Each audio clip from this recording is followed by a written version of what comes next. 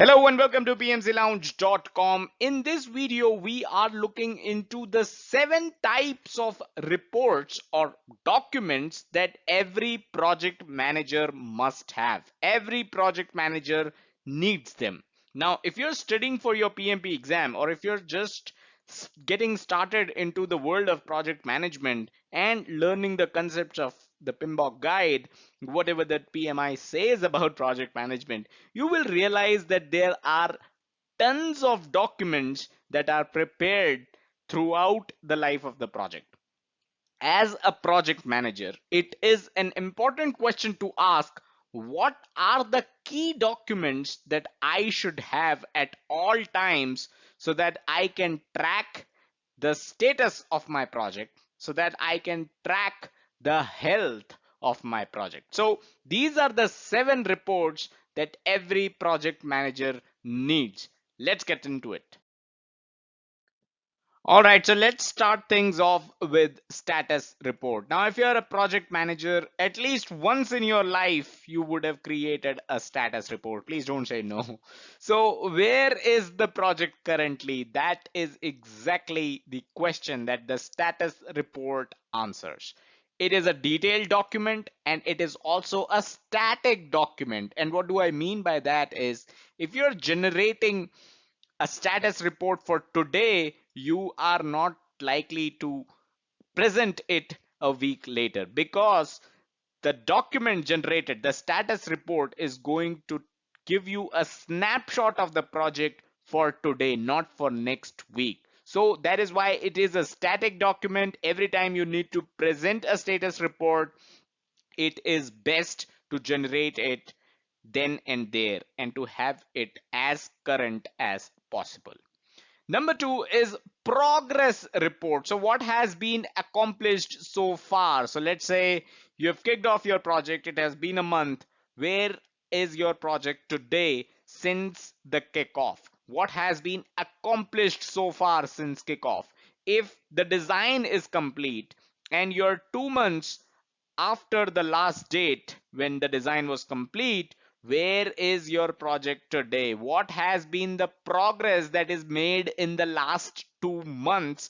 That is what progress report is all about. Number 3 is trend report. So what has been the project's performance, right? As the name goes, it shows you a trend over a period of time. Let's say this period of time is 1 month. So over the last month, maybe you generate a trend report at the last working day of every month and you present it to the stakeholders and you tell them how the project has fared in the last month. What is the trend looking like? Is the performance going up or is the performance coming down, right? These are some of the questions that your trend report can help answer. Number 4 is forecasting report. So when you present the trend report, the stakeholders might ask, okay, we see that the trend of your project is going downwards. What is the forecast? Where do you think your project will be a month from now or 2 months from now? So the future project status and performance is what forecasting report is going to basically present.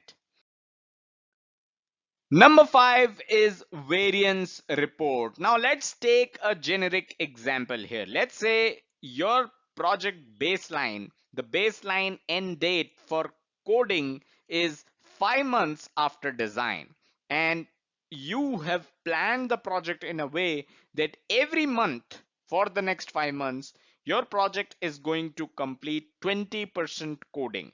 Okay, so end of the third month, you are ideally supposed to complete 60% of coding. This is as per the baseline of the project. But where do you stand today at the end of third month? Where is your project coding as of today? What's the performance, the actual project performance? If you are at 45%, then the variance report is going to show a 15% variance of your project performance against the project's baseline. So this is something that variance report basically highlights. Number 6 is earned value report, EV. If you're not aware, we have discussed all the formulas that are used for EV calculations. This report, if you have gone over our videos on EV, you already know EV basically integrates scope, cost, and schedule. The project constraints, they are also known as triple constraints. And this report is going to integrate using the concepts of PV, EV, AC, and give you numbers in terms of the earned value of your project. Number 7 is the lessons learned report, or simply the lessons learned document. So project details, whatever that you have learned as part of your project, whatever has been the feedback of your stakeholders, all of them documented in one place so that future projects and future project managers can make use of this report. So these are the 7 reports that every project manager must have at all times.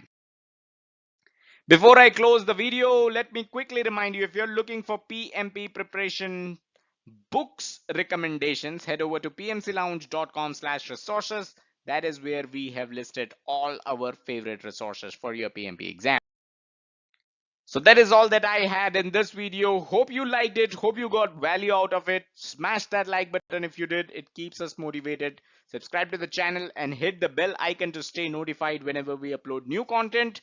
And as always, don't forget to check out the website pmclounge.com, your number one free PMP resource.